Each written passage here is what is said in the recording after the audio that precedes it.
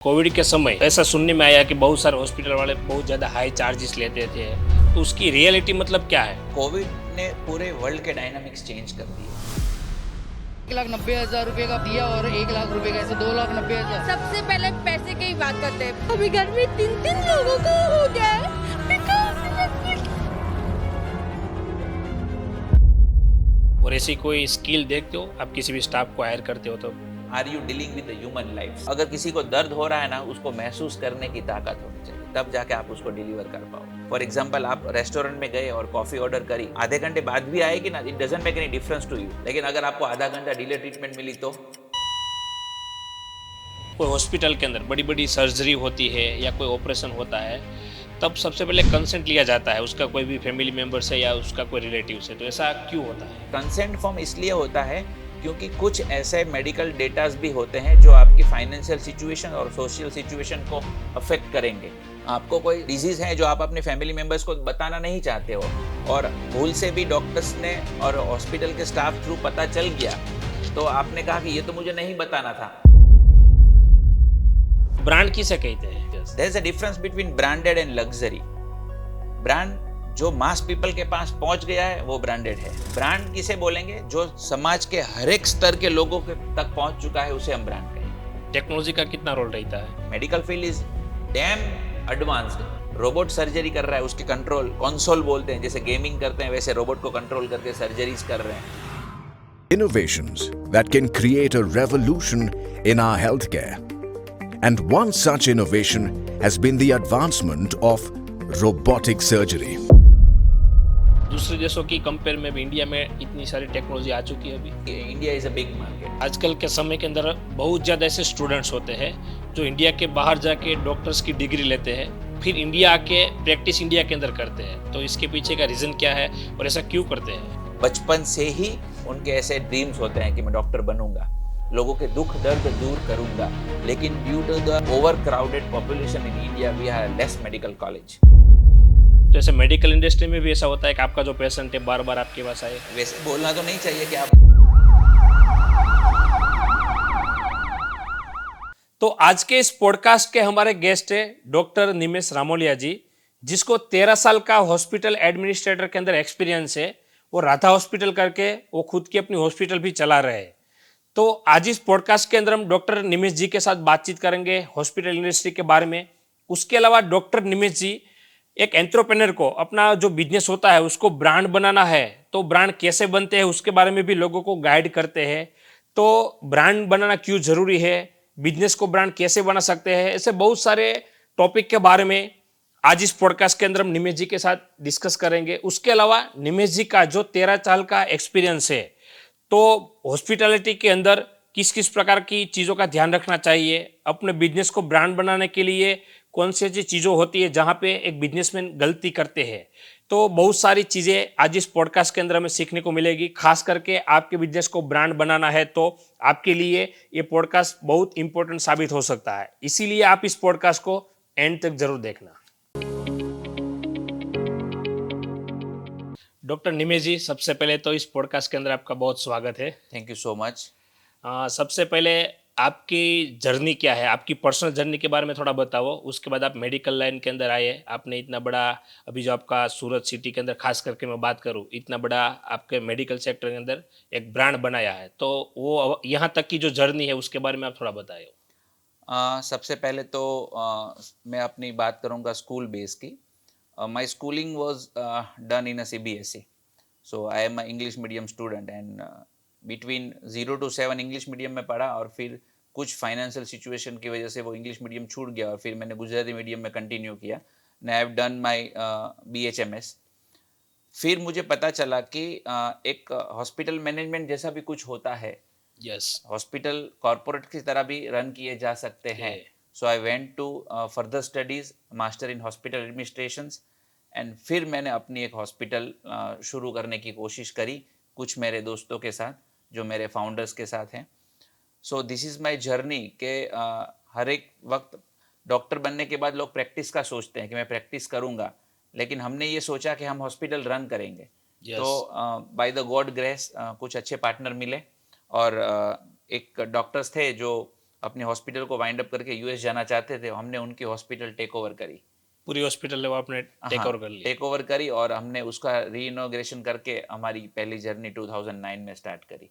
Yes. सो तब से लेके आज तक I am doing satisfied. Okay, आपको ऐसा लगा था कि आपने बोला कि आपका कोई फ्रेंड था, उसकी हॉस्पिटल आपने मतलब चालू की, तो स्टार्टिंग के टाइम के अंदर बहुत सारी चैलेंजेस आ सकती है, ऐसा कुछ आपने थॉट आया था? हाँ, चैलेंजेस बहुत सारी आई, क्योंकि पता नहीं था कि रिस्पॉन्स कैसा मिलेगा। यस। बिकॉज के एक 4 डॉक्टर या 5 डॉक्टर मिलके एक हॉस्पिटल का कोलैबोरेटिव एक एटमॉस्फेयर क्रिएट करे, तो सेम थिंग इज कि हमें पता नहीं था कि अलग अलग डिपार्टमेंट कैसे रन करते हैं। ओके, लोगों का अप्रोच कैसा होगा। जब हमने 2009-10 में पहली हॉस्पिटल इनोग्रेट करी जिस डॉक्टर के पास टेक ओवर करके, तो वो हमने रेंट पे खरीदी थी, क्योंकि we are not that much confident कि ये चलेगा या नहीं चलेगा। क्योंकि कई लोगों ने हमें बोला कि ये पार्टनरशिप में हॉस्पिटल, और वो भी 4 पार्टनर के साथ, yes. So how will you manage all these things. Yes. सबके माइंडसेट अलग अलग रहते हैं। यस। लेकिन हमने प्रूव किया कि we are the individual performers. एक मार्केटिंग देखेगा, एक फाइनेंस देखेगा, एक प्रैक्टिस करेगा। उस तरह से हमने अपने अपने डिपार्टमेंट्स डेलीगेट करे और हमने सक्सेसफुली प्रूव किया कि 5 या 6 डॉक्टर की टीम भी मिलके एक हॉस्पिटल को सेटअप कर सकती है और हॉस्पिटल को आगे लेके जा सकते हैं। और फिर दौर आया पार्टनरशिप का। Yes. सो मुझे ऐसा लग रहा है कि आप we are the pioneers. Small setup hospital, हमने पहली हॉस्पिटल 25 बेड्स के साथ शुरू करी थी, तो उसमें कॉर्पोरेट्स आते हैं पार्टनर के साथ, more than 100 bed hospital, लेकिन a small setup like polyclinic and nursing home with a 25 bedded hospital run by the partners, so we are the pioneers। और उसका हमें पता चला, आज हमें पता चल रहा है कि dream work is a team work. Yes. तो ये हमने 2009 में प्रूव किया कि टीम के साथ काम करना है। यस। और जैसे आपने बोला कि भाई आप टोटल 4 पार्टनर्स हैं, तो एक मैं एज अ बिजनेस के पर्पज से आपको पूछ रहा हूँ कि भाई पार्टनर्स का मतलब कैसा पार्टनर होना चाहिए सक्सेसफुली बिजनेस को रन करने के लिए, आगे तक ले जाने के लिए?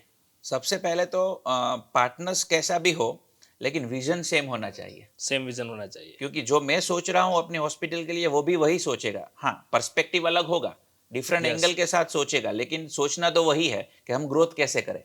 यस। तो दिस इज व्हाट के अलाइनमेंट होना चाहिए, विजन अलाइनमेंट। जो मैं देख रहा हूँ वही आपको दिखाई दे रहा है।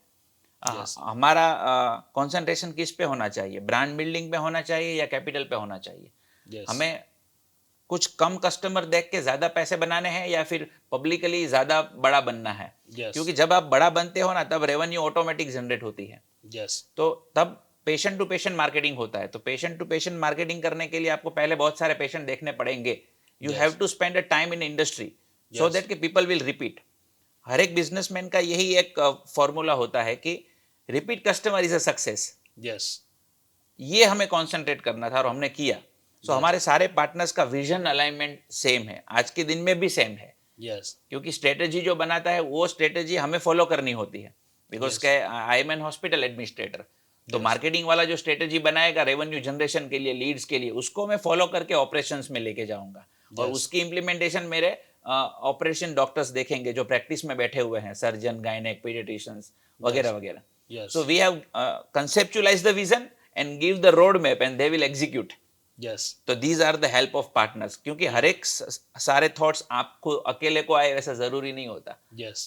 So needs you have a different mindset of people, different skill set of people, और उनकी सारी कोलैबोरेटिव स्किल्स मिलके एक हॉस्पिटल रन होती है। यस। और जैसे आपने भी बोला कि बिजनेस के अंदर हर एक बिजनेसमैन यही सोचता है कि मेरा जो कस्टमर है बार बार रिपीट आए, मतलब मैं सक्सेस हो गया। तो ऐसे मेडिकल इंडस्ट्री में भी ऐसा होता है कि आपका जो पेशेंट है बार बार आपके पास आए? वैसे बोलना तो नहीं चाहिए कि आप हर बार बीमार पड़ो और वापिस आओ। Yes. लेकिन रिपीट कस्टमर का मतलब है कि if I have given you service, so दूसरी बार आपको आपकी फैमिली में से भी कोई अगर बीमार पड़े तो आपको हमें ही याद करना है। Yes. This I want a repeat customer. Okay. हाँ, क्योंकि हम कभी भी ऐसा नहीं चाहेंगे कि एक बार हमने किसी को ट्रीट किया वो वापिस हमारे पास आए, लेकिन वो हमारा रेफरेंस क्रिएट करे और Yes. किसी और को भी लेके आए। Yes. Because certain disease are a lifelong disease. अगर आपको डायबिटीज, प्रेशर, थायराइड है तो you have to stick to us the lifelong. आपको हर 6 महीने पे हमारे पास आना है। यस। तो ये कस्टमर का सेट हो गया। लेकिन अगर आपका पैर टूटा है तो हम दूसरी बार ऐसा इच्छा नहीं रखेंगे कि वापस टूटे और टूटे, हमारे पास आए। yes. लेकिन if you are satisfied with our services then please recommend our name to Yes. Your fellow dear ones and near ones. Yes. और जैसे मेडिकल सेक्टर के अंदर खास करके आप अभी जो हॉस्पिटल रन करते हो, ठीक है, एक मतलब जैसे बिजनेस में ब्रांड बनता है, वैसे आपने भी एक हॉस्पिटल, मतलब लोग आपके नाम से, आपके हॉस्पिटल के नाम से जानते हैं, तो ब्रांड किसे कहते हैं? मेरे हिसाब से ब्रांड उसे कहते हैं कि हर एक बंदे के मुंह पे जबान पे आपका नाम हो, उसे हम ब्रांड कहेंगे। Yes. There is a difference between branded and luxury. Brand जो मास पीपल के पास पहुंच गया है वो ब्रांडेड है, यस। लेकिन लोगों में मिथ है कि ब्रांडेड मीन्स महंगा, महंगा। Branded means luxury, luxury means महंगा, प्रीमियम मीन्स महंगा। ब्रांड किसे बोलेंगे? जो समाज के हर एक स्तर के लोगों के तक पहुंच चुका है, उसे हम ब्रांड कहेंगे। यस। तो हमने ये अचीवमेंट्स पूरी लेने की कोशिश करी है कि हमारे एरिया में, हमारी लोकेलिटी में जो 10 या 9 लाख पब्लिक रिसाइड करते हैं, रहते हैं, उनमें आप किसी को भी पूछोगे कि do you know the Radha hospital, बोलेंगे हाँ हमें पता है, हमारे Yes. कोई ना कोई रिश्तेदार एक बार वहां पे गए हैं। यस। और वो हमें माइलेज कोविड में ज़्यादा मिला, क्योंकि हमने कोविड में बहुत सारी सोशल सर्विसेज करी और उसकी वजह से हमें ज़्यादा माइलेज मिला। और हम ये अपने आप को ब्रांड इसलिए बता सकते हैं कि लोग हमें पहचानते हैं। जब सब लोग आपको पहचानने लगे ना, so this is consider as a brand. Okay, इसके ब्रांड बनने के लिए महंगा होना ज़रूरी नहीं है, Yes. लोगों तक पहुंचना ज़रूरी है और हर एक प्रकार के लोगों के पास पहुंचना ज़रूरी है। यस। जैसे आपने बताया अभी कोविड के अंदर भी बहुत आपने सोशल एक्टिविटी की, तो मैं खास करके कोविड की थोड़ी बात करना चाहता हूँ कि कोविड के समय ऐसा सुनने में आया कि बहुत सारे हॉस्पिटल वाले बहुत ज़्यादा हाई चार्जेस लेते थे, तो उसकी रियलिटी मतलब क्या है? डॉक्टर इतने ज़्यादा चार्जेस लेते थे या कुछ और रीज़न था जिसकी वजह से इतना सब कुछ होता था? कोविड ने पूरे वर्ल्ड के डायनामिक्स चेंज कर दिए थे। कोई भी सेक्टर बोलो, उसके कोविड के बाद वो चेंज हुआ। ऑपरेशंस, मैन्युफैक्चरर्स, तो मेडिकल फील्ड भी चेंज हुआ। और जब पता था कि आप जिसको सर्विस देने जा रहे हो उसका इन्फेक्शन आपको लगेगा, Yes. लोग काम करने के लिए रेडी नहीं थे। हमें डबल वेजिस पे डॉक्टर्स और नर्सिंग स्टाफ और ऑपरेशन स्टाफ हायर करके डबल वेजिस पे रखना पड़ता था। उसके लिए बिल ज़्यादा बने और फिर आइसोलेशन ज़्यादा रखना पड़ता था। हर एक को अलग क्वारंटाइन रखना है, उसके प्रोटोकॉल्स रखने हैं, उसकी वजह से ज़्यादा बिल बने।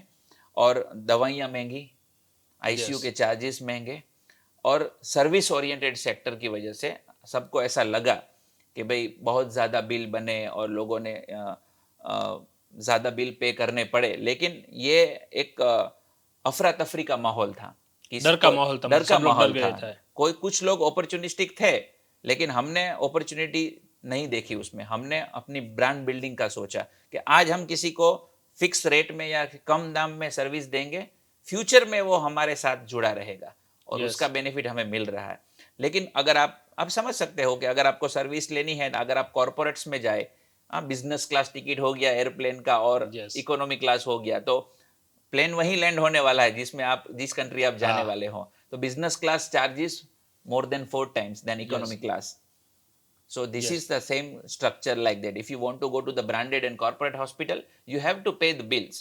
Yes. And if you go to the small nursing home, लेकिन कभी क्या होता है कि आप अपनी जिंदगी और जान बचाने के लिए पैसा खर्च हो गया, कुछ भी कर देते हैं, तो लोगों ने क्या किया, हमें अच्छी हॉस्पिटल जाना है लेकिन हमें कोविड से बाहर निकलना है, ठीक होना है। तो तब जाके उनको पता चला कि ब्रांडेड और कॉर्पोरेट हॉस्पिटल्स के शूट रूम बुक करने से कितना बड़ा बिल आएगा, यस। आईसीयू में 20 दिन रहने से कितना बड़ा बिल आएगा। Yes. So these are the areas like that. Okay. Okay, और ब्रांड बनाने के लिए सबसे जरूरी चीज क्या है? ज़रूरी चीज़ है आपको सबसे पहले तो कस्टमर ओरिएंटेड सोचना है कि अगर आपके पास कोई कस्टमर सर्विस लेने आया है तो उसकी प्रॉब्लम सॉल्व हो रही है। अगर प्रॉब्लम सॉल्व हो गई तो वो आपको पूरा पैसा दे के जाएगा और रिपीट भी आएगा। सो आपका कुछ भी सॉल्यूशन हो वो कस्टमर सेंट्रिक होना चाहिए, तब जाके आप ब्रांड बिल्ड कर पाओगे और लोग रिपीट आपके पास आएंगे। मेडिकल फील्ड में क्या होता है कि इमरजेंसी डील करनी पड़ती है। Yes. पेट दर्द हुआ, जल्दी कुछ करो, तो जल्दी करने में आप कितने पैसे खर्च करके जल्दी करवा सकते हो और उतनी इमीडिएट सर्विस कैसे दे सकते हो, उस हिसाब से आपके रेटिंग्स लगते हैं। यस। तो दिस इज व्हाट के आप कुछ भी सोचो, ब्रांड बनाने के लिए आपके कस्टमर्स को फायदा होना चाहिए। अगर आप प्रोडक्ट बेच रहे हो तब भी और सर्विस बेच रहे हो तब भी, you have to be the customer centric customer के जो प्रॉब्लम्स फेस हो रहे हैं, कस्टमर को सॉल्यूशन मिलेगा, they will accept your service. Okay. और जब ब्रांड बनाते हैं तब एक एज अ एंटरप्रेन्योर को किस प्रकार की चैलेंजेस का सामना करना पड़ता है? अप डाउन्स बहुत आते हैं। हम जब विजन सोचते हैं तब सोचा नहीं होगा कि मार्केट रिसेशन कितनी बार कितना जल्दी आ जाएगा। और अगर आप कुछ एक पर्टिकुलर सेक्टर में काम करते हो, कुछ एरिया में काम करते हो, तो वहाँ की इकोनॉमी कैसे रन होती है। Each and every city runs by own. Bangalore IT से चल रहा है, मुंबई मैन्युफैक्चरिंग से चल रहा है, सूरत डायमंड से चल रहा है, ओके, देन लुधियाना गारमेंट्स पे चल रहा है। तो कुछ एक इंडस्ट्री डाउन होगी तो पूरी शहर की इकोनॉमी अप डाउन हो जाती है। तो ये चैलेंजेस हर एक एंटरप्रेन्योर्स को आएंगे। यस। तो सेम थिंग, वो चैलेंजेस आपको फेस करने हैं कस्टमर रिटेंशन के सेंस में। यस। जब हम सोचते हैं कि इस बार हमने मुनाफा नहीं किया, दैट मीन्स कि कस्टमर कम आए। कस्टमर क्यों कम आए? क्योंकि आपने अकॉर्डिंग टू सिचुएशन कुछ अप डाउन्स नहीं किए। अगर रिसेशन है तो आप अपनी सर्विसेज को कुछ ऑफर करो, कुछ रेट्स मॉडिफाई करो, कुछ भी करो, Yes. ताकि आप ये चैलेंजेस को ओवरकम कर पाओ। ग्लोबल रिसेशन आता है, Yes. Then stock market fall हो जाता है। तो there are so many certain factors जो इनडायरेक्टली भी आपको इफेक्ट करेंगे। यस। तब जाके आप कौन से डिसीजन लेते हो, ये एंटरप्रेन्योर्स को सबसे बड़ा चैलेंज होना चाहिए। और चैलेंज होता भी है। और कुछ लोग सक्सेसफुली जो टीम में काम करते हैं ना, वो सक्सेसफुली मैनेज कर लेते हैं, क्योंकि वहां पे 4-5 एक साथ ब्रेन काम करते होते ये चैलेंजेस को ओवरकम करने के लिए। So this is I want to say that कि एंटरप्रेन्योर को चैलेंज तो बहुत आएंगे, क्योंकि हर एक परिस्थिति आपके हाथ में नहीं होती। यस। ओके, तब जाके आपको ये फेस करना होगा और इसमें से बाहर निकलना होगा कि हम कैसे चैलेंजेस को ओवरकम कर पाए। तब customer retention, cash flow management and discipline, कि हमें क्वालिटी कॉम्प्रोमाइज करके दाम कम नहीं करने हैं। लोग तुरंत दाम कम करेंगे, कंपटीशन में दाम कम करेंगे, और कुछ ऐसे फैक्टर्स भी होंगे तब उनको अपने चार्जेस रेट्स कम करने पड़ते हैं, तो वो क्वालिटी कॉम्प्रोमाइज पहले करते हैं। यस। ऐसा नहीं करना है। जब आप सेम क्वालिटी उससे भी कम दाम में दोगे ना, you will develop the trust, okay, and customer will definitely accept you and will repeat, come again in repeat. So quality compromise नहीं करना है, कोई भी सिचुएशन आ जाए, you will definitely become a brand.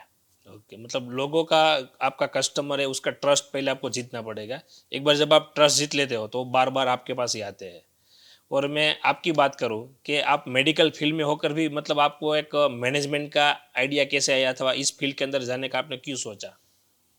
देखिए, कभी कुछ चीज़ें आपको इग्नाइट कर देती हैं और वो स्पार्क करती है आपको।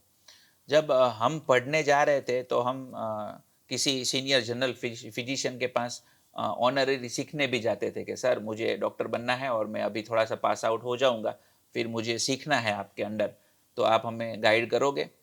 तो हमने देखा कि जो जनरल प्रैक्टिशनर होते हैं और सबके फैमिली फिजिशियन होते हैं, they are charging a lower wages. General practitioner 50 rupees 100 rupees charge करते हैं कंसल्टिंग के। Then we go to the hospital तो वो 500-1000 रुपये चार्ज करते हैं। तो मुझे ऐसा लगा कि अगर हमें कुछ बड़ा सोचना है तो हम ये 50-100 रुपये से कुछ बड़ा सोचें, और हमें क्लिनिक नहीं करना है, हम Yes. सीधा हॉस्पिटल सेटअप करेंगे। पहले से वो क्लियर था? हाँ, वो क्लियर था। तो हॉस्पिटल सेटअप करने के लिए you have a team, you Yes. Need capital, you need a vision, और पढ़ना भी ज़रूरी है। इसलिए मैंने हॉस्पिटल मैनेजमेंट पढ़ा और फिर मैंने अपना हॉस्पिटल एग्जीक्यूट किया, ताकि मुझे earning is earning, I am not asking about that कि टिकट साइज कम या बड़ी है, लेकिन मुझे छोटी टिकट में काम नहीं करना था। यस। इसलिए मैंने क्लिनिक सेटअप नहीं करके हॉस्पिटल सेटअप किया कि जो सर्विस मैं क्लिनिक में देना चाहता हूँ वही सर्विस मैं हॉस्पिटल में दूंगा। I will earn 10 times. Yes.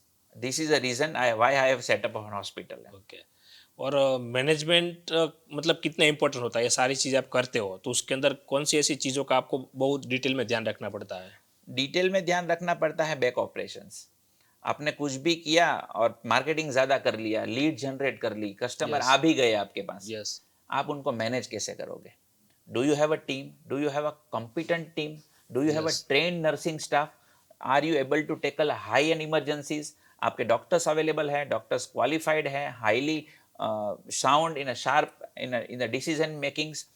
सो अगर हॉस्पिटल स्ट्रक्चर्स की बात करें तो अगर कोई डॉक्टर प्रैक्टिस भी करेगा, वो सैलरी भी देगा, स्टाफ भी रिक्रूट करेगा, एचआर का काम भी उसको ही करना है, हाँ, डॉक्टर देन मेडिकल स्टोर भी उसको ही देखना है, रेवेन्यू भी उसको ही देखना है, at the end of a month उसको अकाउंट भी खुद देखना है। ऐसा नहीं होता। Doctors are bind to do the practice only, उनको कस्टमर और पेशेंट से प्रैक्टिस में ही डील करना है और उसके सारे बैक ऑफिस काम मैनेजमेंट करेगा। Yes this is the actual role of a management, कि हमें कुछ तरह से आगे बढ़ना चाहिए, हमें मार्केटिंग कितना करना है, हमारे कौन सा सेगमेंट कितना हमें रेवेन्यू जनरेट करके दे रहा है। सो एक हॉस्पिटल होती है, उसमें 4 डॉक्टर होते हैं, गायनेक, मेडिसिन, पीडिया, सर्जरी, तो कौन सा डिपार्टमेंट ज़्यादा रेवेन्यू जनरेट करके दे रहा है, हमारा मेडिकल स्टोर कैसे चल रहा है, हम मार्केटिंग में कितना एक्सपेंस कर रहे हैं, हम स्टाफ कैसे रिक्रूट कर रहे हैं। हम हॉस्पिटल, सबसे पहले तो मैं बताना चाहूँगा कि अच्छा स्टाफ होता है ना, वही हॉस्पिटल अच्छी होती है। Yes Where there is a competent and highly trained staff, nursing care is a only possible factor। क्योंकि डॉक्टर्स कुछ बाहर से भी हायर करते हैं और फ्रीलांसिंग होते हैं, वो ऑपरेशन करके चले जाते हैं, लेकिन पोस्ट ऑफ नर्सिंग केयर को कैसा होना चाहिए। सो हमें अपने स्टाफ को रिटेन भी तो करना है, यस कि हमारे साथ जुड़े रहे, हमारे गोल के साथ जुड़े रहे, हमारे विजन के साथ जुड़े रहे। तो वो स्टाफ को रिटेन करने का काम मैनेजरियल एटीट्यूड में आएगा। यस हमारा एचआर डिपार्टमेंट डेडिकेटेड होना चाहिए, हम उनके भी ग्रोथ की बात करें, उनको ट्रेनिंग की बात करें। अगर हम 0 से 50 तक जा रहे हैं तो वो भी 0 से 10 तक तो आने चाहिए। यस हाँ, हमारा ग्रोथ हो रहा है तो हमारा स्टाफ का भी ग्रोथ हो, उनको भी प्रमोशन मिले। So staff retention is a part of management. वो डॉक्टर की प्रैक्टिस की बात नहीं होगी। तो दिस इज व्हाट कुछ डॉक्टर्स मैनेज कर पाते हैं, कुछ नहीं कर पाते, लेकिन अगर उनके पास इफेक्टिव मैनेजरियल टीम होगी तो वो स्टाफ सारा मैनेज हो पाएगा। ओके और ऐसी कोई स्किल देखते हो आप किसी भी स्टाफ को हायर करते हो तो? हम स्किल यही दिखाना चाहते हैं कि are you dealing with the human lifes, we are dealing with the human lifes. तो आपको अगर किसी को दर्द हो रहा है ना, उसको महसूस करने की ताकत होनी चाहिए, तब जाके आप उसको डिलीवर कर पाओगे। यस फॉर एग्जाम्पल, आप रेस्टोरेंट में गए और कॉफ़ी ऑर्डर करी, तो आधे घंटे बाद भी आएगी ना, it doesn't make any difference to you. लेकिन अगर आपको आधा घंटा डिले ट्रीटमेंट मिली तो आपका स्टाफ डेडिकेटेड होना चाहिए कि मुझे इसको प्रायोरिटी बेस पे ट्रीट करना है, डिपार्टमेंट में भेजना है, डॉक्टर को इन्फॉर्म करना है। कुछ इमरजेंसीज तो लाइफ सेविंग इमरजेंसीज होती हैं। तो तब आपके जो स्टाफ मेंबर हैं, आपके जो नर्सिंग केयर वाले हैं, आपके जो जूनियर डॉक्टर्स हैं, अगर उसमें डेडिकेशन नहीं हुआ इफेक्टिव काम करने का, तो time delay is a life delay. Yes तो हम क्वालिटी वही देखते हैं कि वो कितना डेडिकेटेड होगा अपने काम में। यस और पर्सनली मेरी बात करूं तो हमने जितने भी स्टाफ हायर करे हैं अभी तक, हर बार मैंने उनसे पूछा है कि आप सैलरी कितनी लोगे। वो बोलेंगे सर ऐसा थोड़ी होता है, हम जब भी इंटरव्यू देने जाते हैं तो वो पूछते हैं कि आप इतनी सैलरी में काम करोगे। मेरा उल्टा है थोड़ा सा, मैं पूछना लेता हूं कि आप कितना सैलरी लोगे।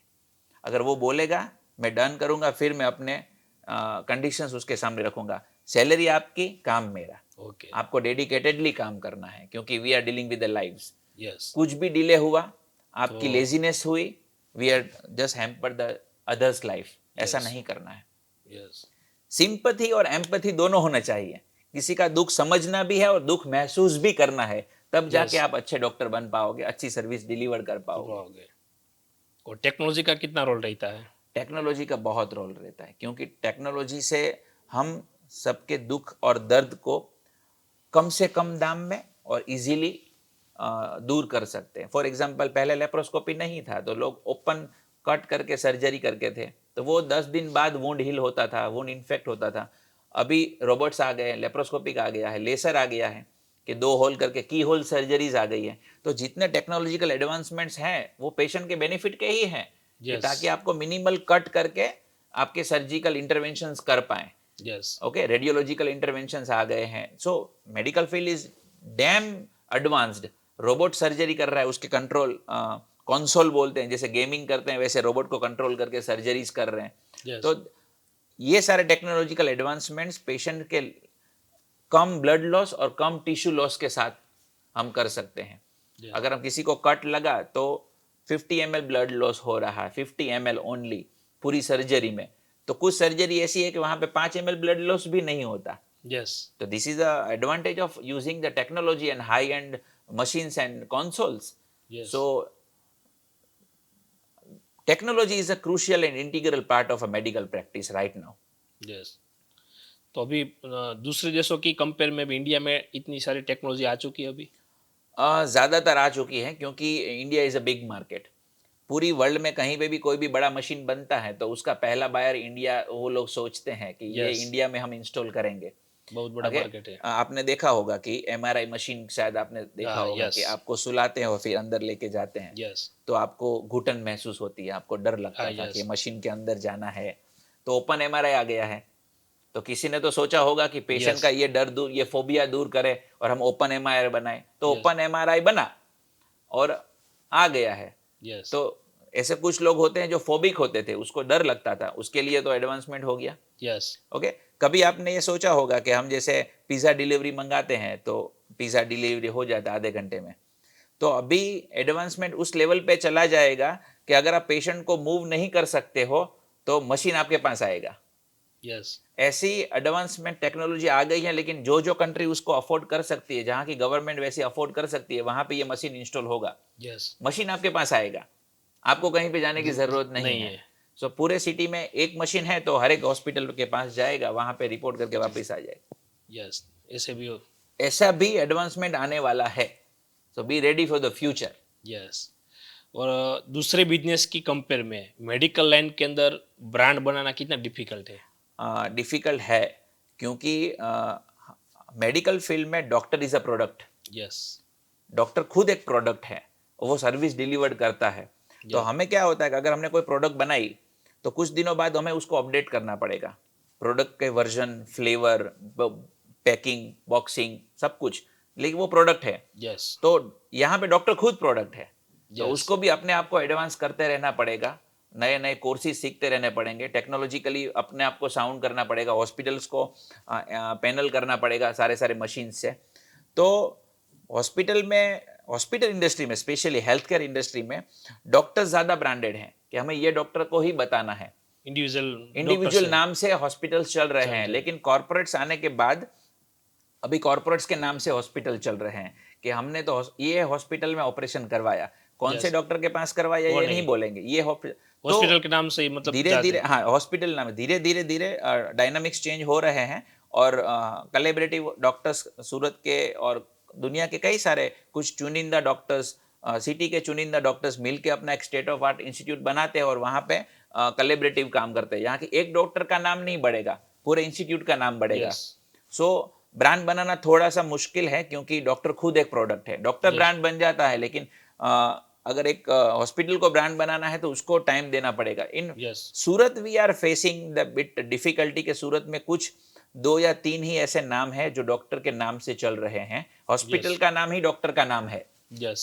ओके, हॉस्पिटल का नाम ही डॉक्टर का खुद का नाम है, उसके नाम के ही हॉस्पिटल है। तो वो ब्रांड से चल रही है कि हमने ये डॉक्टर को ये हॉस्पिटल में दिखाया था। बाकी सारे के सारे कॉर्पोरेट्स अप्रोच से रन हो रहे हैं कि where single person is not being highlighted, entire unit is being highlighted. Yes, और ब्रांड बनाने के लिए स्टोरी टेलिंग का कितना रोल रहता है?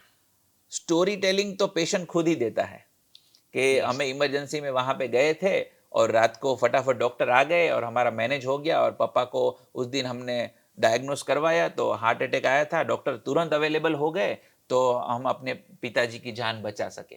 ये हो गई स्टोरी। यस, तो ये पॉजिटिव स्टोरी पेशेंट जाके बोलेगा Yes. अपनी सोसाइटी में, नियर वंस डियर वंस को। Yes. और इंडिया में जो रूल है कि हॉस्पिटल में विजिट करने जाना है, यस, पेशेंट को मिलने जाना है, उससे अच्छा लगना है, उससे अच्छा लगे इसलिए, उसको थोड़ा सा मोरल मोटिवेशन मिले इसलिए। तो लोग पहला क्वेश्चन पूछेंगे कब हुआ ये, तो इसके स्टोरी टेलिंग स्टार्ट हो जाएगा कि रात को 12 बजे ये बैठे थे, फिर थोड़ा सा पसीना आया और पर्सपिरेशन हुआ और फिर हमने तुरंत कॉल किया तो एम्बुलेंस आ गई है हॉस्पिटल की, फिर हम डॉक्टर को लेके आए, पेशेंट को लेके आए, डॉक्टर भी आ गए थे एंड वी जस्ट पापा अभी ठीक है। तो ये स्टोरी पेशेंट ने खुद बोली, जो विजिटर उसके पास मिलने आया था ना हॉस्पिटल में, उसको ये स्टोरी टेलिंग पॉजिटिव हुई, then it will give you the boost. बहुत लोगों के पास पहुंचेगी। नेगेटिव भी होती है, अगर कोई मेडिकल इंडस्ट्री में कोई सर्विस नहीं दे पाया और हॉस्पिटल पहुंचने से पहले कोई सर्विस नहीं ले पा रहा है और नहीं बचता है, तो भी बोलेंगे कि देर हो गई, एम्बुलेंस देर से आई, हम पापा को नहीं बचा पाए। तो ऐसा थोड़ी होता है, ट्रैफिक बीच में आ गया और हम पापा को नहीं बचा पाए, वगैरह वगैरह। तो ये स्टोरी टेलिंग का बहुत बड़ा रोल है। नेगेटिव स्टोरी ज्यादा स्प्रेड होती है, पॉजिटिव स्टोरी कम स्प्रेड होती है, लेकिन medical industry entirely reference to reference ही चल रही है। यस आप इंस्टाग्राम मार्केटिंग करके हार्ट पेशेंट्स या फिर ब्रेन न्यूरोसर्जन के पेशेंट्स जनरेट नहीं कर सकते. Yes okay, first of all you have to ask they कि आपके पापा की हार्ट की सर्जरी किसने करी थी, हमें भी अपने पापा की सर्जरी करवानी है. तो these are the reference, way of creating a reference. Yes. उसी तरह से हमें होगा. तो story telling is a must. सबके पास ऐसी एक एक स्टोरी होनी चाहिए. आपके पास भी होगी कि भाई Yes. छोटा था तो मुझे ये हुआ था, वो हुआ था, पापा ये लेके गए थे हम. तो दिस इज व्हाट, हर एक के पास एक मेडिकल स्टोरी है. पॉजिटिव स्टोरी होगी तो वो डॉक्टर्स अच्छा होगा. यस सेम, ज्यादा जितनी पॉजिटिव स्टोरी होती है उतना ही जितनी पॉजिटिव स्टोरी मार्केट में घूमेगी आपके नाम की, उतने ज्यादा पेशेंट्स बिल्डअप होंगे. होंगे. उसके अलावा एक बात कि जब भी कोई हॉस्पिटल के अंदर बड़ी बड़ी सर्जरी होती है या कोई ऑपरेशन होता है, तब सबसे पहले कंसेंट लिया जाता है, उसका कोई भी फैमिली मेंबर से या उसका कोई रिलेटिव से. तो ऐसा क्यों होता है? सिर्फ कंसेंट फैमिली मेंबर का नहीं लिया जाता, पेशेंट का भी लिया जाता है. आपको Yes. ऐसा लगेगा कि मेरे पापा का ऑपरेशन है तो मैंने साइन करी कंसेंट फॉर्म पे, लेकिन उससे पहले पापा ने भी करी होगी. यस दो लोगों का कंसेंट लेते हैं कि patient are ready to give their willingness to go undergo the surgery in our hospital. Yes तो पेशेंट को भी हम पूछते हैं कि आप यहाँ पे सर्जरी करवाना चाहते हो तो आपको ये कंसेंट फॉर्म भरना है. yes. और टोटल रिस्पॉन्सिबिलिटी आपकी रहेगी. और हम उनके रिलेटिव को भी पूछते हैं कि Yes. उनके next to next decision maker कौन है. क्योंकि कुछ ऑपरेशंस और कुछ सर्जरी ऐसी हैं कि जब हम पेशेंट्स को एनेस्थीसिया दे के सुला देते हैं, फिर हमें पता चलता है कि इसमें से एक और प्रॉब्लम आई, तो ये एक सर्जरी करनी थी, अब दूसरी भी करनी पड़ेगी. जी. तो उसका डिसीजन मेकर कौन होगा बाहर ऑपरेशन थिएटर के पार, तो उससे हमें पूछना होता है कि ये भी प्रॉब्लम अराइज हुई है ड्यूरिंग सर्जरी. Yes. तो ये हम करेंगे. तो are you being authoritative people कि आप Yes. बोलो कोई बात नहीं, चलो करो, I am giving a consent. वरना पता चला कि दो भाई में से एक भाई बोलेगा ये नहीं करना है और ये करना है. Yes okay, same thing is that. अगर कोई हस्बैंड अंदर है तो उसकी वाइफ डिसीजन मेकर होती है, तो Yes. उनको भी कंसेंट फॉर्म पे साइन करना ही पड़ेगा. यस और कंसेंट फॉर्म इसलिए होता है क्योंकि कुछ ऐसे मेडिकल डेटास भी होते हैं जो आपकी फाइनेंशियल सिचुएशन और सोशल सिचुएशन को अफेक्ट करेंगे. यस तो are you giving us authority to do all the such type of interventions. Yes. पता चला आपको कोई एक डिजीज है और जो आप सोसाइटी को रिवील करना नहीं चाहते हो, यस आपको कोई डिजीज है जो आप अपने फैमिली मेंबर्स को बताना नहीं चाहते हो, और भूल से भी डॉक्टर्स ने और हॉस्पिटल के स्टाफ थ्रू पता चल गया, तो आपने कहा कि ये तो मुझे नहीं बताना था, और आपके थ्रू पता चला, अभी मेरे रिलेशंस कम हो जाएंगे या फिर मुझे फाइनेंशियल लॉस होगा, ओके, कुछ भी होगा, तो हम तब जाके बता सकते हैं कि हमने पहले सारे कंसेंट लिए थे. यस आपने साइन करी थी कि इतने इतने जो भी कुछ रिपोर्ट्स करवाने हैं, कोई भी सर्जरी करवानी है, तो I am willing you and giving a complete authority to do all this things. उसके लिए कंसेंट लेना जरूरी है. और अभी क्या होगा कि बड़े बड़े इंडस्ट्रियलिस्ट, टाइकून्स और छोटे लोगों भी, उनकी एफडीज होती हैं, उनके टर्म प्लान्स होते हैं और उनकी फाइनेंशियल इन्वेस्टमेंट्स होते हैं, जहाँ पे भी अगर कुछ भी हो जाए तो वो किसके पास जाएगा और किसने साइन करी थी ये डिसीजन लेने के लिए. Yes All the factors are responsible so that a doctors are taking a consent कि आप खुद अफर्मेटिव हो, आप अलाउ करते हो, तब हम जाके आपकी ट्रीटमेंट स्टार्ट करेंगे. इसलिए कंसेंट फॉर्म भरना खूब जरूरी है, बहुत जरूरी है. ओके. और जैसे आपने रिपोर्ट का बोला, ठीक है, तो बहुत समय ऐसा होता है कि सेमी कोई मान लो कोई ऐसी बीमारी है तो दो अलग अलग जगह पे जाके रिपोर्ट करते हैं, तो दोनों जगह से अलग अलग रिपोर्ट मिलता है. तो ऐसी जब सिचुएशन होती है तब पेशेंट कौन सा रिपोर्ट के ऊपर भरोसा करे? ट्रस्ट का इश्यू वहाँ पे आ जाता है. हाँ, ट्रस्ट का इशू आएगा जब आपकी एक ही प्रॉब्लम के लिए दो अलग अलग रिपोर्ट आए. यस तो 3 फैक्टर ज्यादा काम करेंगे कि डॉक्टर की स्किल, रिपोर्ट करने वाले डॉक्टर्स की स्किल, वहां पे यूज होने वाले मेडिकल इंस्ट्रूमेंट्स कितने हाईटेक हैं, कितने कैलिब्रेटेड हैं, यस और कोई ह्यूमन एरर है भी या नहीं. उनकी वजह ये 3 फैक्टर की वजह से हमें पता चलेगा कि हमारे जो रिपोर्टिंग्स और इन्वेस्टिगेशंस होके आए हैं और हमें जो बताया गया है वही हमें है ना. तो दिस इज व्हाट के अगर कोई भी इंस्टीट्यूशन है वो एसओपी फॉलो कर रहा है, कोई एमआरआई मशीन है तो हर 6 महीने पे रिकैलिब्रेट हो रहा है, कोई कैथ लैब है तो हर 3 महीने पे रिकैलिब्रेट हो रही है, कोई रोबोट यूज हो रहा है कोई ऑपरेशंस करने के लिए तो रोबोट का मेंटेनेंस हो रहा है, कोई यूएसजी मशीन यूज हो रहा है तो वो अकॉर्डिंग टू प्रोटोकॉल हर 6 महीने पे उसकी सर्विस हो रही है, कोई लेबोरेटरी इंस्ट्रूमेंट्स हैं तो वो पर डे कितने सैंपल रन कर पाता है, और हमने ज़्यादा रन नहीं कर लेना, उसकी कैपेसिटी बाहर यूज़ नहीं कर लिया ना, तब जाके कुछ एरर्स आती हैं। यस तो ये सारे प्रोटोकॉल्स फॉलो करने होते हैं, जो नहीं करते हैं वहाँ पे थोड़ा सा वेरिएशंस आएगा। ओके तो इसके पीछे कोई गवर्नमेंट का कोई ऐसा रूल्स है कि भाई इतने समय के बाद इस लेबोरेटरी के अंदर जितने भी इंस्ट्रूमेंट होते हैं उसका चेकिंग करना चाहिए, उसका कुछ रिपोर्ट निकलना चाहिए, ऐसा कुछ? गवर्नमेंट्स के रूल्स होते हैं, जब हम गवर्नमेंट के पास परमिशन लेने जाते हैं, रेडियोलॉजी हो गया, देन न्यूरो हो गया, एमआरआई मशीन हो गया, लेबोरेटरी इन्वेस्टिगेशंस हो गया, तो ये सारे रूल्स तो आते ही हैं कि आपको कोई भी मशीन्स का एएमसी लेना है, कोई भी मशीन्स को रिकैलिब्रेट करना है, लेकिन वो इंडिविजुअल हॉस्पिटल्स की डिसीजन पावर पे चला जाता है, क्योंकि कुछ बड़े इंस्ट्रूमेंट्स ऐसे भी होते हैं जो 6, 7 और 10 करोड़ के आते हैं, और उसका एनुअल मेंटेनेंस भी 50-60 लाख रुपए आएगा। तो Yes. Are they ready to pay the annual maintenance service that much expensive services like that?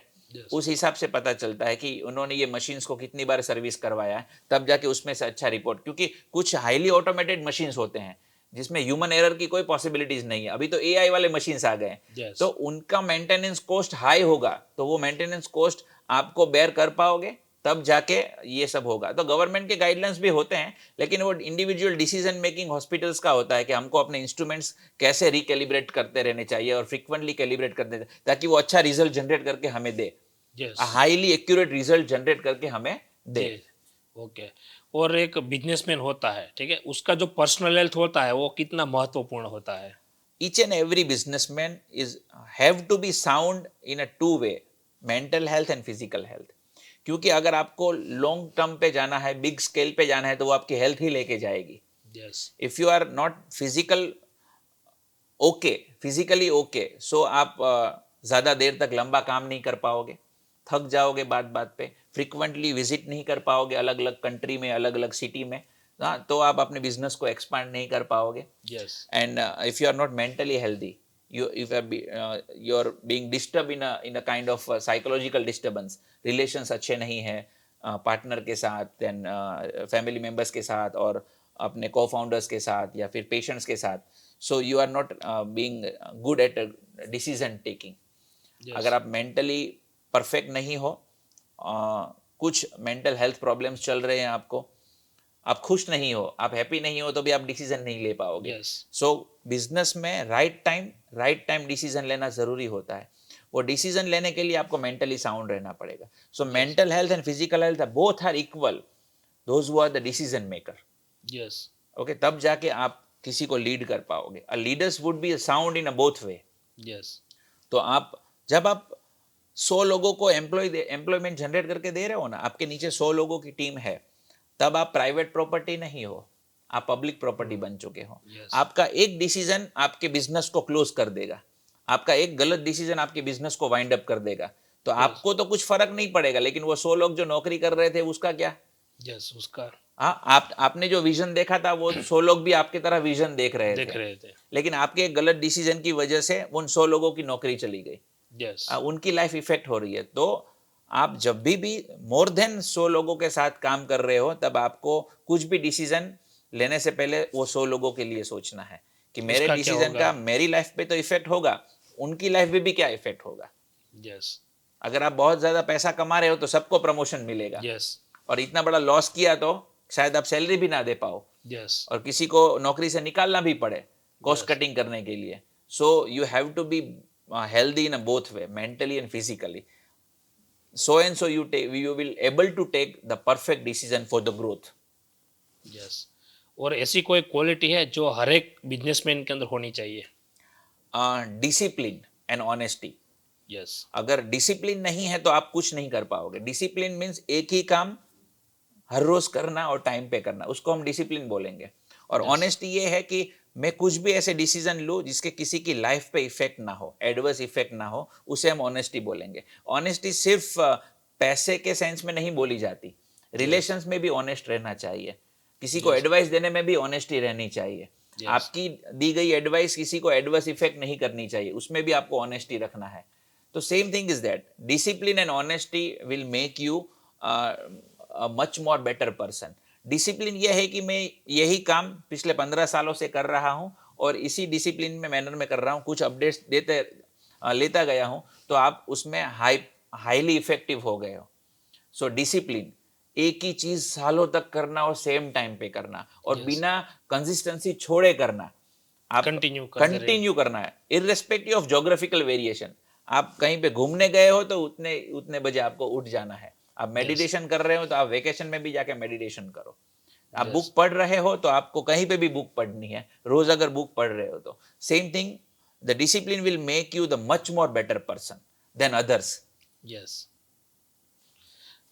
खास करके मैं भी इंडिया की बात करूं, पहले के समय के कंपेयर में अभी के समय में जो साइकाट्रिस्ट के पेशेंट है वो बहुत ज़्यादा हो रहे हैं। तो क्या ऐसा कोई इंडिया के कल्चर के अंदर ऐसा कोई चेंजेस हुआ है, या कोई इतना मेंटल प्रेशर है, या कुछ क्या मतलब उसके पीछे का रीज़न क्या है? बहुत ज़्यादा आजकल देखने को मिलता है कि उसकी मेंटल हेल्थ अच्छी नहीं है, बहुत देखने को मिलता है। हाँ, पहले भी कुछ कंसर्न थे लेकिन अभी ज़्यादा बढ़ गए हैं, बिकॉज के we are in a generation of social media and technology.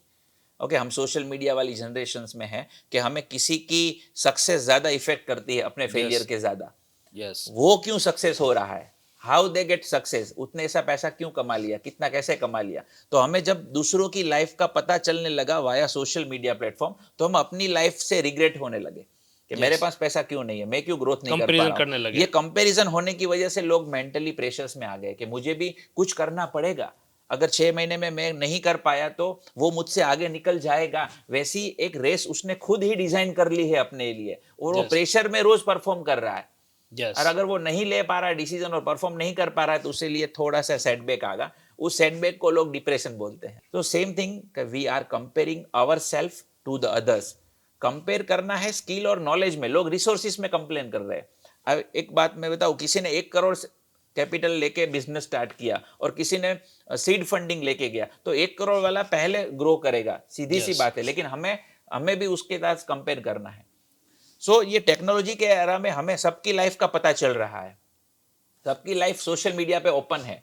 उसकी वजह से हमें वो लाइफ देख के ऐसा लग रहा है कि मैं कुछ नहीं कर पा रहा हूँ। उसकी वजह से लोग ज्यादा ये हो रहे हैं, मेंटली थोड़े से डिस्टर्ब हो रहे हैं। इसलिए कुछ लोग ज्यादा मेंटली इल है, डिजीज है।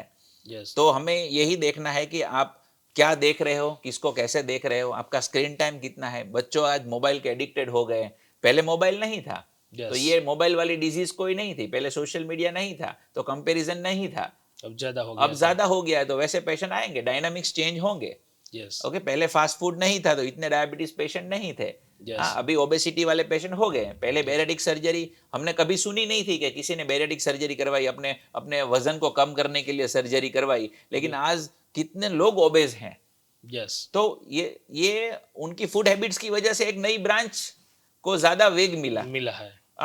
खाने पीने में ध्यान नहीं रखते तो बहुत ज्यादा। पहले इतने लोग इनफर्टाइल थे या नहीं थे, डेटा हमारे पास नहीं था। लेकिन अभी क्या होता है कि अगर शादी के कुछ दिनों बाद भी, अगर हम कुछ साल बाद भी अगर हम पेरेंट्स नहीं बन पाते ना, तो दे आर इजीली सिलेक्टिंग अभी IVF करवा लेना है। टेक्नोलॉजी है, यूज करो। So IVF clinics are in more. Social media की जनरेशन में और टिकटॉक की जनरेशन में इंस्टाग्राम पे सेल्फी डालने की वजह से लोगों को सबसे पहले गोरा दिखना है। बिना फिल्टर यूज करे गोरा दिखना है। So there is a lot of scope in a skin chain. Skin clinic की पूरी चेन डेवलप हो रही है। हेयर ट्रीटमेंट की चेन डेवलप हो रही है। वेट लॉस के क्लिनिक खुल रहे हैं। लोगों को इसके ऊपर बहुत ज्यादा भी मतलब अच्छा दिखना है। People are being a self conscious कि मुझे अच्छा दिखना है, मुझे मोटा नहीं दिखना है। उसकी वजह से वो कुछ भी करेगा। उसके लिए आम है फिर भी वो करता है। हाँ, so this is the reason that के why people are being depress. पहले मोटा आदमी था तो डिप्रेस नहीं होता था, लेकिन अपने मोटापे की वजह से डिप्रेस हो रहा है क्योंकि वो किसी और को ज्यादा खूबसूरत देख रहा है। किसी और की जिम की बॉडी को उसको अच्छी लग रही है, लेकिन वो उसकी जिम की बॉडी उसको कैसे पता चली? क्योंकि उसने अपने फोटोज, जिम वाले फोटो अपलोड किए सोशल मीडिया में और उसको ये कॉम्प्लेक्स मिला। This is a way. Okay, तो ये सारी चीज के अंदर फैमिली का क्या रोल रहता है? फैमिली का रोल यही है कि आप अपने बच्चों को, आप अपने डियर वंस और लव्ड वंस को ये सिखाए कि each and every individual is a good individual. अगर कोई मोटा है तो उसकी स्किल कम नहीं हो जाएगी, अगर कोई पतला है तो उसकी इंटेलिजेंस कम नहीं हो जाएगी, अगर कोई गोरा नहीं है तो वो डॉक्टर नहीं बन पाएगा, ऐसा नहीं होता। People are driven by the mind, not by the body. So you have to be mentally strong. अपने बच्चों को, अपने फैमिली मेंबर्स को मेंटली स्ट्रांग कीजिए कि whatever you have that's good enough for you. आप इसमें भी कुछ अच्छा कर पाओगे. यस. ओके.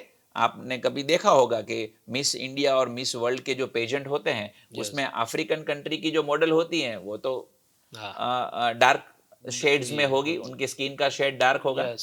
तो हमने तो ब्यूटी को सिर्फ कलर के सेंस में ही देखा है. बस ऐसा Skin नहीं मतलब white होता. होनी चाहिए, वही ब्यूटी. हाँ, लोगों को ऐसा पता चला कि स्किन फेयर है वही ब्यूटीफुल है. Yes. ऐसा नहीं होता. किसी की आंखें ब्यूटीफुल होती है, किसी के होठ ब्यूटीफुल होते हैं, किसी का कॉम्प्लेक्स ब्यूटीफुल होता है. Shades are not very important.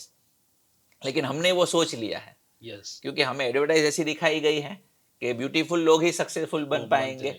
उसी की वजह से हाँ, mind के ब्यूटीफुल अंदर लोग भी- ही अच्छे फिल्म एक्टर्स बन पाएंगे. लेकिन ओटीटी के जमाने में पता चला कि अगर लुक अच्छा नहीं हो लेकिन एक्टिंग अच्छी होगी तो आप ग्रो कर पाओगे. समझ रहे हैं आप? यस. यस. तो दीज आर द पैरामीटर्स. हमें फैमिली मेंबर्स सपोर्ट ऐसा मिलना चाहिए कि बेटा आप जो भी हो अपने पति को सपोर्ट कीजिए, अपने बेटे को सपोर्ट कीजिए, अपने मम्मी पापा को सपोर्ट कीजिए कि ओके कोई बात नहीं, अगर आप थायराइड के पेशेंट हो तो आप मोटे होंगे, कोई बात नहीं, लेकिन फिर भी आप अच्छे हो, आप अच्छा कुछ कर पाओगे. अपनी Yes. डिजीज को विक्टिम मत बनाओ. अगर Yes. आपको कैंसर हो गया है तो हम कैंसर ट्रीट कर लेंगे, कोई बात नहीं. कैंसर से अभी मरने वाले लोग कम है क्योंकि ट्रीटेबल है. अल्ट्रा हाई एंड मशीन्स आ गए हैं. यस. सो हमें फैमिली सपोर्ट उस तरह से मिलता है. ओके. और आजकल के समय के अंदर बहुत ज़्यादा ऐसे स्टूडेंट्स होते हैं जो इंडिया के बाहर जाके डॉक्टर्स की डिग्री लेते हैं, फिर इंडिया आके प्रैक्टिस इंडिया के अंदर करते हैं. तो इसके पीछे का रीज़न क्या है और ऐसा क्यों करते हैं? Doctor is a noble profession और सभी को डॉक्टर बन के पैसे के साथ थैंक यू भी चाहिए. और हर एक बच्चा बचपन से ही उसके इमेज में, उसको फैंसी ड्रेस में भी कुछ बनना बोलोगे तो वो पहला डॉक्टर ही बनेगा. यस. बचपन से बच्चों को ऐसा सिखाया गया है कि इंजीनियर का कोई ड्रेस कोड नहीं होता लेकिन डॉक्टर का ड्रेस कोड होता है. आप समझो मेरी बात. Yes. पुलिसमैन का ड्रेस कोड होता है कि अगर आपने पुलिस की खाकी वर्दी पहन ली तो वो पुलिसमैन पुलिस दिखेगा. दिखेगा. और डॉक्टर का व्हाइट कोट और स्टेथो लगा लिया तो बच्चे फैंसी ड्रेस में भी यही बन के जा रहे हैं. डॉक्टर बन के. हाँ, कोई पायलट अभी तक नहीं बना कि कोई एयर होस्टेस का ड्रेस पहन के कुछ कम लोग गए होंगे. Yes. ओके, कोई फार्मर का ड्रेस तो है ही नहीं कि फार्मर का ड्रेस कोड क्या होता है, उसका यूनिफॉर्म क्या होता है. सो सबको डॉक्टर बनना है और बचपन से ही उनके ऐसे ड्रीम्स होते हैं कि मैं डॉक्टर बनूंगा, लोगों के दुख दर्द दूर करूंगा. लेकिन due to the overcrowded population in India we have less medical college and we have a less medical college and we have a less government medical colleges. So अगर कुछ बच्चे हैं कि जो परफॉर्म अच्छा नहीं कर पाते 10th और 12th में, लेकिन उनको सीट नहीं मिलती है, तो due to the high fees paid in a management quota वो अपना ड्रीम्स पूरा करने के लिए आउटर कंट्री में जाते हैं क्योंकि वहाँ पे उनको कम पैसे में वही डिग्री मिलेगी. और फिर यहाँ पे आके एग्जाम पास करना है और फिर आप एलिजिबल होंगे इंडिया में प्रैक्टिस करने के लिए. क्योंकि still in India we are more than 150 crore of people. हम डॉक्टर्स को तो कम ही है ना. बहुत कम. सिटी में बहुत सारे डॉक्टर मिलेंगे लेकिन जब आप गांव में जाओगे, रूरल एरिया में जाओगे, वहां बहुत पे ही कम है. 50 किलोमीटर में 2 डॉक्टर मिलते हैं. So India is still thriving for the doctors. So सभी को ये अपना ड्रीम्स पूरा करना होता है लेकिन वो इंडिया में नहीं कर पाते हैं, इसलिए by somehow they are taking a help of the outer countries के वहां पे उनको इजीली एडमिशन मिल जाता है. यस. जो इंडियन मेडिकल एजुकेशन है और फॉरेन मेडिकल एजुकेशन है, इन दोनों में फर्क क्या है? सारे के सारे WHO गाइडेंस से डिज़ाइन होते हैं सारी कंट्री के मेडिकल कोर्सेज. टीचिंग मेथड में कोई फ़र्क नहीं रहता है. फ़र्क रहता है ह्यूमन टू ह्यूमन अप्रोच में. क्योंकि अगर इंडिया में आप प्रैक्टिस करना चाहते हो तो इंडिया में अगर आपने इंडियन कॉलेजेस में पढ़ाई करी है तो आप कुछ डिजीज से ज़्यादा फेमिलियर रहेंगे. फॉर एग्जांपल आपने अमेरिका में डॉक्टर्स की पढ़ाई करी तो वहाँ पे कुछ डिजीज बहुत कम है जो एशियन कंट्री में ही पाए जाते हैं. तो आपको पढ़ाई अमेरिका में करनी है और उसका प्रैक्टिस करने के लिए एशियन कंट्रीज में आना है तो आपको वो पेशेंट्स के ज़्यादा फेमिलियर होना पड़ेगा. Yes. तो अगर आप इंडिया में ही प्रैक्टिस करके इंडिया में ही पढ़े हो तो you are easily familiar to the Asian country disease कि साउथ ईस्ट एशिया और एशिया में कौन से डिजीज पाए जाते हैं. Yes. और अमेरिका में कौन से डिजीज पाए जाते हैं, अफ्रीका में कौन से डिजीज पाए जाते हैं. तो WHO has design all the curriculums. लेकिन अगर आप ह्यूमन टू ह्यूमन आपको काम करने को मिले और ज़्यादा से ज़्यादा आपको पेशेंट इंटरेक्शन हो तो you will become a good clinical knowledge doctors. Yes. There's a two types of knowledge. एक इंस्ट्रूमेंटेशन नॉलेज हो गया, क्लिनिकल नॉलेज हो गया. गांव में हमारा मशीन नहीं होती दूर Yes. के इंटीरियर विलेज में एमआरआई मशीन नहीं होती। तो जब कोई स्ट्रोक वाला बंदा जाएगा, किसी को ब्रेन स्ट्रोक लगा, तो वहां का डॉक्टर अगर क्लिनिकली साउंड होगा नॉलेज में, तो वो पेशेंट की हिस्ट्री और क्लिनिकल एग्जामिनेशन से पता लगा सकता है कुछ हद तक कि इनको स्ट्रोक ही हुआ है और आपको इनको लेके बड़े अस्पताल जाना पड़ेगा, क्योंकि 15 या 20 मिनट में स्ट्रोक मैनेज नहीं हुआ तो people get paralyse for the life time. Yes. तो दिस इज व्हाट कि इंडिया में जो डॉक्टर्स अभी बन रहे हैं और इंडियन मेडिकल एजुकेशन लेके पास हो रहे हैं, उनको ह्यूमन टू ह्यूमन अप्रोच और इंटरेक्शन बहुत ज्यादा मिलता है, इसलिए वो ज्यादा अच्छे डॉक्टर्स मेरे हिसाब से Yes. बन रहे हैं अभी Okay. As compare to the foreign doctors. Yes. वहां पे टेक्नोलॉजिकल एडवांसमेंट ज्यादा है, लेकिन ह्यूमन टू ह्यूमन अप्रोच थोड़ा सा कम है। उनको कुछ डिजीज के साथ लाइफ टाइम फैमिलियर नहीं होने को मिलेगा, लेकिन एशियंस कंट्रीज में we are dealing with each and every type of diseases. So basically, Indian doctors for me is like certain clinically sound doctors. Okay. और अभी पूरी दुनिया इंडिया को मेडिकल सेक्टर में किस प्रकार अभी देखती है? We are the cheapest medical fair rate in terms of billing. India से सस्ता मेडिकल और सबसे अच्छा मेडिकल सर्विसेज पूरे वर्ल्ड में कहीं पे भी नहीं पाया जाएगा। So India would be the definitely medical tourism destination in upcoming years. We have each and every type of possibilities of providing a services like a transplant हो गया, heart transplant, liver transplant, then bone marrow transplant, skin transplant, even अगर लोग arms भी transplant करते हैं कि एक का हाथ निकाल के किसी और में देना है, तो these are the high technology service भी इंडिया में बेसिक अफोर्डेबल रेट्स पे मिलेगी as compare to the foreign countries. So Asian countries जितने हैं, अफ्रीकन कंट्रीज जितने हैं, वे definitely select the India, definitely select the corporate hospitals for the medical tourism. Yes. So medical tourism is the upcoming future. Yes, मतलब India के अंदर इसका future और ज्यादा बढ़ने वाला है। और ज़्यादा बढ़ेगा, specially skin treatment, hair treatment, then dental treatments and transplant, high end surgery, कि जहाँ पे पूरी डॉक्टर्स की टीम लगेगी एक सर्जरी करने के लिए, वैसी सर्जरी इंडिया में लोग करवाने आएंगे। So India would be the hub of medical industry just because of less cost effect. Yes. Last दो सवाल इस पॉडकास्ट के, आपका ऐसा कोई अचीवमेंट है जिसके लिए आपको प्राउड होता हो? मेरा एक अचीवमेंट, मैं उसको अचीवमेंट नहीं बोलूंगा, लेकिन I have shared my number more than 50,000 of people. मैं किसी को भी अपना नंबर दे देता हूं कि आपको कभी भी जरूरत पड़े मुझे कॉल कर लीजिएगा, मुझे व्हाट्सएप कर लीजिएगा, ताकि आप किसी भी जगह पे हो जहां पे डॉक्टर है नहीं है, लेकिन मैं आपके लिए always one call away, I am always one call away. आप मुझे बोलोगे, मैं आपके लिए कुछ डिजाइन करूंगा, आप कौन से भी सिटी में हो वहां पे आपको गाइड करूंगा, आपके ये हॉस्पिटल में जाना है। अगर आप नहीं पहुंच पाते हो और आपके नजदीक में कोई फार्मेसी स्टोर है, तो हम टेली कंसल्टिंग के भी दौर पे जाके उसको थोड़ा सा रिलीफ कर देंगे और फिर कल उसको डॉक्टर प्रोवाइड करेंगे। So it is my daily habit to give my number to each and every people, ताकि किसी भी बंदे को कोई भी समय पे, रात को 2 बजे 3 बजे कुछ भी हुआ, तो एक कॉल तो उसको ऐसा मिलेगा कि जो फोन उठाएगा, और वो डॉक्टर ही होगा, वो मैं हूं। और रोज में ऐसे 20 या 30 कॉल हैंडल करता हूं जो इमरजेंसी वाले, डेली, और पिछले कई सालों से। और I feel proud my self that God has given me the ability to do that. Almighty thank you so much कि ये मैं कर पा रहा हूँ, और कई लोग मुझे फिर थैंक यू बोलेंगे। उस दिन आपको फ़ोन किया, फिर आपने गाइड किया, हम ये अस्पताल गए, डॉक्टर मिले और हमने अपने पापा की जान बचा ली। उस दिन आपने हुआ था तो इमरजेंसी में आपको फ़ोन किया तो मेडिकल फटाफट हमें सर्विसेज मिली, और आज हम फैमिली हमारा एकदम सिक्योर एंड सेफ है। सो this is my individual and personal achievement that I am sharing my number, my personal number to each and every people whomever I meet, कि आपको लाइफ में कभी भी जरूरत हो ना, मुझे एक कॉल कीजिएगा। I'll possibly make something much more better for you when you are in need of medical emergency. ये मुझे बहुत अच्छा लग रहा है। यस, बहुत अच्छी बात है। इतने सारे लोगों का आपको प्यार मिल रहा है और लाइफ टाइम तक, मतलब वो जो दुआ निकलती है दिल से आपके लिए निकलती है। इट इज़ माई मोटो कि मुझे सिर्फ पैसा नहीं चाहिए, मुझे पैसे के साथ थैंक यू और ब्लेसिंग्स भी चाहिए।